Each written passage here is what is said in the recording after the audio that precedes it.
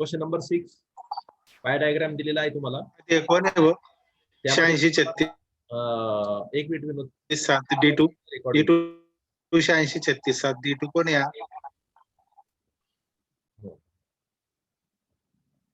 पहिला क्वेश्चन काय पहा. If the investment in share is ₹2000, share मध्ये इन्व्हेस्टमेंट 2000 रुपीज आहे. 5 शेअर ओके. याची इन्व्हेस्टमेंट किती 2000. या शेअरच्या संदर्भात दोन गोष्टी दिल्या आपल्याला. एक म्हणजे त्याचा अँगल दिलाय 60 डिग्री आणि दुसरं म्हणजे दिले इन्व्हेस्टमेंट 2000. तर यावरून आपल्याला सांगितलंय टोटल इन्व्हेस्टमेंट किती राहील. मग याच्या दोन गोष्टी आहे. एक म्हणजे काय, क्वेश्चन नंबर 1 बघू आपण. शेअरचा विचार करू. शेअर्ससाठी सेंट्रल अँगल किती भेटा यासाठी. Central angle theta is equal to 60 degree.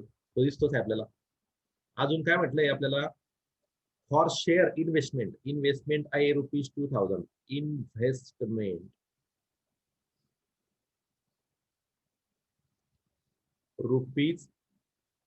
₹2000. आता आपल्याला याची आहे माहिती रिलेशन कसं असतं. 60 जो सेंट्रल अँगल आहे divided by total major 360.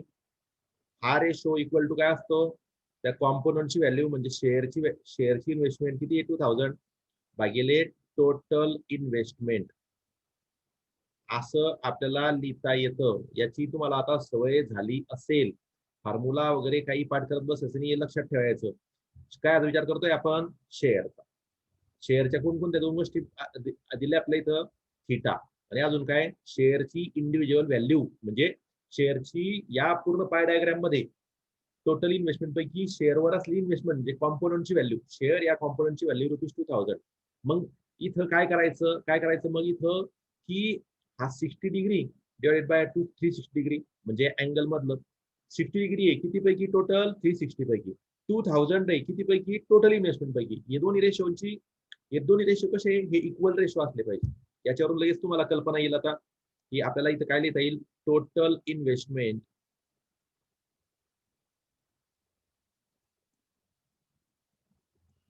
Will be काय होईल 2000 मल्टिप्लाय बाय 360 आणि डिवाइडेड बाय 60. आता इथं सिम्प्लिफाय करू याला. हा 0 आणि हा 0 कॅन्सल होईल. 6 1 जा 6 6 6 जा 36. म्हणजे इथं तुम्हाला आन्सर मिळतं बेटा 2000 इंटू 6 6 दोन्ही 12 आणि त्याच्यावर 3 शून्य 1 2 3 म्हणजे किती झाले हे 12,000. बघा टोटल इन्व्हेस्टमेंट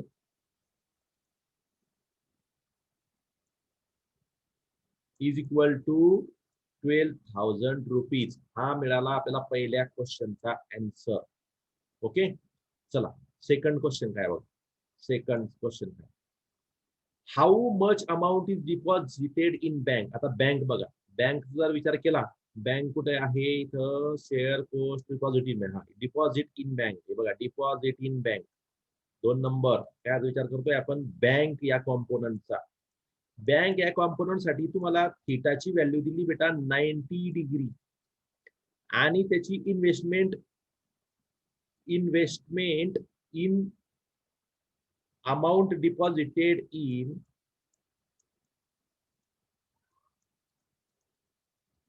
दिलेली नाही, ते काढायचं आहे. अमाऊंट डिपॉझिटेड तुम्हाला काढायचं आहे. मग तुम्ही काय करता इथं लक्षात येईल तुमच्या. आता अँगल किती आहे 90 डिग्री किती पैकी 360 डिग्री इज इक्वल टू दुसरा रेशो कशाचा आहे तो, अमाऊंट इन बँक बँकेमधली अमाऊंट डिवायडेड बाय काय टोटल इन्व्हेस्टमेंट. या 4 गोष्टी बघा तुम्ही, या 4 गोष्टींचं निरीक्षण करा. एक काय असतो त्या कॉम्पोनंटचा, उदाहरणार्थ बँक हा कॉम्पोनंट, इथं काय होता शेअर हा कॉम्पोनंट. बँक या कॉम्पोनंटच्या 4 गोष्टी, एक त्याचा सेंट्रल अँगल, दुसरं टोटल अँगल कधीही बदलणार नाही कारण की सर्कलचा पूर्ण सर्कलचा angle measure of whole circle is 360 degree. किती झाले कॉम्पोनंट 1 2. तिसरं काय आहे तो जो कॉम्पोनंट आहे समजा इथं बँक आहे, बँकेमध्ये टाकलेले पैसे अमाऊंट इन बँक, आणि चौथा काय टोटल अमाऊंट. ओके, या तीन पैकी तुम्हाला या चार पैकी तुम्हाला तीन गोष्टी दिलेल्या राहतील, एक काढायची. आता इथं पण तीन गोष्टी कोणकोणत्या दिल्या आपण बघू. बघा कोणकोणत्या दिल्या इथं तीन गोष्टी. एक मिनिट. पहिलं काय होतं 90 दिलंय अपॉन 360 दिलंय is equal to amount in bank काढायची आहे. अमाऊंट इन बँक काढायची आहे, दिलेली नाही. टोटल इन्व्हेस्टमेंट आताच काढला आपण पहिल्या याच्यात 12,000, तीच आहे सर्वांसाठी. देअरफॉर अमाऊंट इन बँक होईल बेटा, तिरकस गुणाकार करा, 90 गुणिले 12,000 भागिले 360. याला सोपं रूप देऊ आपण. बघा शून्य आणि या शून्य गेला, 9 एक 9, 9 चौक 36, 9 4 जा 36. आता या 4 ने 12 ला जातो, 4 1 जा 4, 4 3 जा 12, आणि 3 0 ऍज इट इज 1 2 3. म्हणजे therefore amount deposited in bank equal to rupees 3,000. अशा प्रकारे आपल्याला हे आन्सर सुद्धा मिळालं. आता बघा तिसरा बघा नंबर 3. तुम्हाला काही शंका असेल तर मला विचारा, मी इथं पॉज घेतो. चला एकदा थोडा पॉज घेऊ आपण. पाय डायग्रामचे क्वेश्चन सोडवताना नेहमी काय विचार करायचा बेटा, की तो जो कॉम्पोनंट आहे, तो जो घटक आहे, त्या घटकचा तुम्हाला सेंटर अँगल दिलेला आहे, म्हणजे थिटा दिलेला आहे. तुम्हाला total central angle, total angle माहिती आहे, पूर्ण सर्कलचं मेजर 360 माहिती तुम्हाला, म्हणजे त्यांचा रेशो घ्यायचा. त्या कॉम्पोनंटचा angle divided by 360 is equal to त्या कॉम्पोनंटची अमाऊंट, त्या घटकाची व्हॅल्यू. मग ते काही पण असू शकते. उदाहरणार्थ इन्व्हेस्टमेंट आहे, शेअर मधली इन्व्हेस्टमेंट भागिले टोटल इन्व्हेस्टमेंट. आता काय होईल, त्याचा अँगल दिलाय तुम्हाला. या पूर्ण उदाहरणात काय दिला, अँगल आणि टोटल अँगल माहिती तुम्हाला, म्हणजे थिटा भागिले 360 ची किंमत माहिती होणार. इथं पहिल्या शेअर मध्ये किती होती 60, बँकेत किती आहे 90, म्हणजे काय होईल 60 डिवाइड बाय 360. हा झाला पहिला गुणोत्तर, पहिला रेशो. दुसरा रेशो काय येईल, त्या शेअरची किंवा त्या कॉम्पोनंटची इन्व्हेस्टमेंट भागिले टोटल इन्व्हेस्टमेंट. पहिल्या क्वेश्चन मध्ये शेअर मध्ये बघा तुम्ही, शेअर मध्ये काय दिलं होतं, तुम्हाला टोटल इन्व्हेस्टमेंट काढायची होती आणि त्या शेअरची इन्व्हेस्टमेंट दिली होती. मग या चार पैकी तीन व्हॅल्यू माहिती तुम्हाला, चौथी व्हॅल्यू कशी काढायची आपण करतो, क्रॉस मल्टिप्लाय करतो आणि डिवाइड करतो. इथं पण तसंच केलंय बघा. चौथ्या याच्यात बघा तुम्ही, दुसऱ्या याच्यात बघा. आता इथं काय दिलं, बँकेच्या संदर्भात त्याचा अँगल माहिती तुम्हाला 90 डिग्री. तो कुठून भेटला, पाया डायग्राम कडे बघून ऑब्झर्व करा व्यवस्थित. दुसरं 360 माहितीच आहे, टोटल मेजर 360 असणार आहे. ओके, आणि टोटल इन्व्हेस्टमेंट तुम्हाला माहित नव्हती, परंतु ती आपण पहिल्या याच्यात काढली, म्हणजे टोटल इन्व्हेस्टमेंट माहिती आहे. यावरून आपल्याला बँकेतील इन्व्हेस्टमेंट किंवा अमाऊंट डिपॉझिटेड इन बँक हे काढता आलेलं आहे. ओके, आता बघा तिसरं बघा, how much more money is invested in immovable property than mutual fund. आता मी दोन गोष्टीची तुलना आहे, एक आहे इमूवेबल प्रॉपर्टी आणि दुसरं आहे म्युच्युअल फंड. इमूवेबल प्रॉपर्टीला म्हणतात अचल मालमत्ता, आणि म्युच्युअल फंड, आता याला मराठीत म्युच्युअल फंडच म्हणतात. म्हणजे ऍक्च्युअल त्याला वर्ड मला माहित नाही आता, पण म्युच्युअल फंड नावानेच आपण हे करतो. ठीक आहे, काय हरकत नाही. म्युच्युअल फंडच आहे सर. मराठीच्या पुस्तकात म्युच्युअल फंड दिलंय, व्हेरी गुड. तर ते एक इन्व्हेस्टमेंटचा प्रकार आहे. ठीक आहे, बघा बट आता दोन गोष्टीची जेव्हा तुलना केली तर फरक कितचा आहे तुम्हाला सांगायचं आहे. त्याच्या दोन मेथड आहे तुम्हाला. एक तर म्युच्युअल इमूवेबल प्रॉपर्टीची इन्व्हेस्टमेंट तुम्ही काढून घ्या, म्युच्युअल फंडची इन्व्हेस्टमेंट काढून घ्या, आणि म्युच्युअल फंडची इन्व्हेस्टमेंट मायनस, म्हणजे इमूवेबल प्रॉपर्टी मधील इन्व्हेस्टमेंट मायनस म्युच्युअल फंडची इन्व्हेस्टमेंट करा. ही एक मेथड. किंवा काय करा, इमूवेबल प्रॉपर्टीचा अँगल माहिती आहे, म्युच्युअल फंडचा अँगल माहिती आहे, वजाबाकी करा. या दोन मेथड आहे. चला पहिल्या मेथडने सॉल्व्ह करून दाखवतो. तिसरं बघा, थर्ड वाला ब्लॅक पेन घेतो थर्ड साठी. बघा फॉर थर्ड काय करू, पण आपण आधी इमूवेबल प्रॉपर्टीज करू. इमूवेबल प्रॉपर्टी, अचल मालमत्ता, अचल मालमत्ता. ओके, यासाठी तुम्हाला अँगल दिलाय बेटा 360 डिग्री, सॉरी 120 डिग्री आहे, 120 डिग्री. याची इन्व्हेस्टमेंट तुम्हाला माहित नाही. स्थावर मालमत्ता आहे सर तिथं. स्थावर मालमत्ता म्हटलंय का? स्थावर मालमत्ता, स्थावर. ओके, स्थावर मालमत्ता, काय हरकत नाही. ओके, आता बघा इथं आपण एनॉलॉजी कशी लावतो? आधी अँगलची लावा. 120 भागिले 360 बरोबर. दुसरा इशू काय आहे तो इन्व्हेस्टमेंटचा. इन्व्हेस्टमेंट तर माहित नाही. इन्व्हेस्टमेंट इन इमूव्हेबल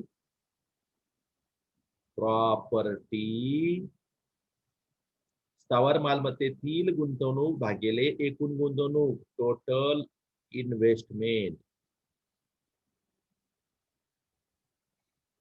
ओके, बघा आता 120 आहे, हे 360 आहे, याच्यात काही बदल करायचं नाहीये. इन्व्हेस्टमेंट काढायची आहे, याला आपण एक्स समजू. इथं एवढं लिहित बसल्यापेक्षा इथं मीच घेतो x divide by total investment आहे बेटा 12,000, जी आपल्याला पहिल्या उपप्रश्नात मिळालेली आहे. तेथे एक्स ची व्हॅल्यू काय येईल? 120 गुणिले 12,000 भागिले 360. चला याला सोपं रूप देऊया आपण. याला सोपं रूप जर दिलं काय होतं बघा, हा 0 आणि हा 0 कॅन्सल केला आपण, कट केला. 12 1 12, 12 3 36. परत या 3 ने 12 भाग जातो, 3 1 3, 3 चौक 12 आणि 3 0 या 4 वर ठेवायचे, म्हणजे किती आले? 4,000. याची किंमत आली 4,000. देअरफॉर आपण काय म्हणू? Therefore investment in immovable property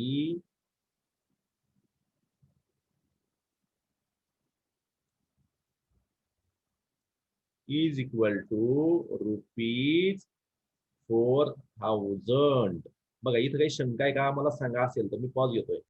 बघा इन्व्हेस्टमेंट इन म्युच्युअल फंड कशी काढतोय लक्ष द्या. म्युच्युअल फंड साठी सेंट्रल अँगल आहे बेटा 60 डिग्री. ओके, आपल्याला त्याची इन्व्हेस्टमेंट काढायची आहे, ती समजली आपण वाय. मग अँगलचा रेशो काय येईल? 60/360 is equal to Y upon total investment किती? 1/12 येतो. वायची किंमत काढण्यासाठी 60 × 12,000 केलं डिवाइडेड बाय 360 केलं. याला सोपं रूप देतोय आपण. हे येतं आपल्याला 2,000 रुपीज. ओके, आता आपल्याला दोघं इन्व्हेस्टमेंट माहिती आहे. कोणत्या? म्युच्युअल फंड मधील इन्व्हेस्टमेंट किती आहे? 12,000. आणि आपण वर काय काढली? इन्व्हेस्टमेंट इन इमूव्हेबल प्रॉपर्टी किती आहे? 4,000. मग या दोघांमधला फरक किती बेटा? 2,000 आहे ना. मग आपण काय लिहू? देअरफॉर आपण असं लिहू, therefore how much more money is invested in immovable property.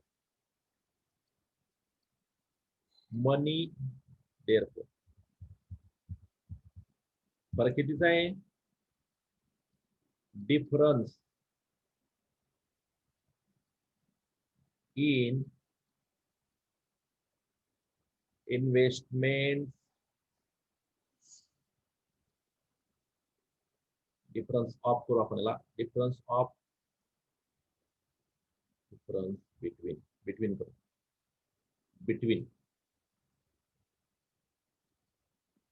Between investment in immovable property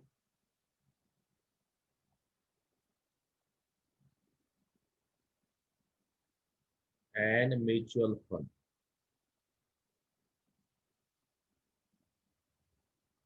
$4,000 minus 2,000 is equal to किती आला? 2,000. Therefore, ₹2,000 more invested in immovable property. हे झालं तिसरं. बघा आता तिसरं कळालं तुम्हाला सांगा. ओके, ठीक आहे, लिहून घ्या, सावकाश लिहा.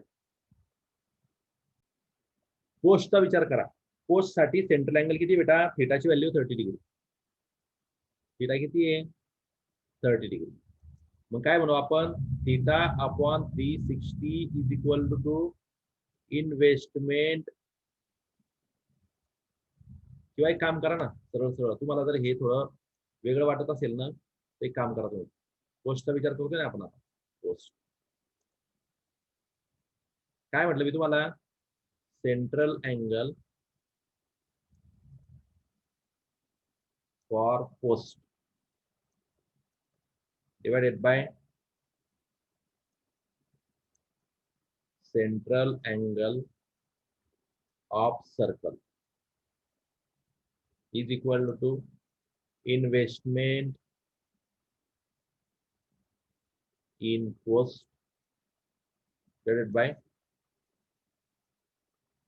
total investment. ऍक्च्युअली हे लिहायची गरज नाही तुम्हाला, फक्त तुम्हाला समजण्यासाठी मी परत एकदा सांगितलं. सेंट्रल अँगल फॉर पोस्ट किती बेटा 30 डिग्री, टोटल सर्कलचा अँगल किती बेटा 360 डिग्री. इन्व्हेस्टमेंट पोस्टची काढायची, इन्व्हेस्टमेंट याच्यासाठी झेड माना ना, काय प्रॉब्लेम आहे, झेड घ्या, झेड घ्या, झेड कोणतं अक्षर घेऊ शकतो. टोटल इन्व्हेस्टमेंट माहिती आहे 12,000.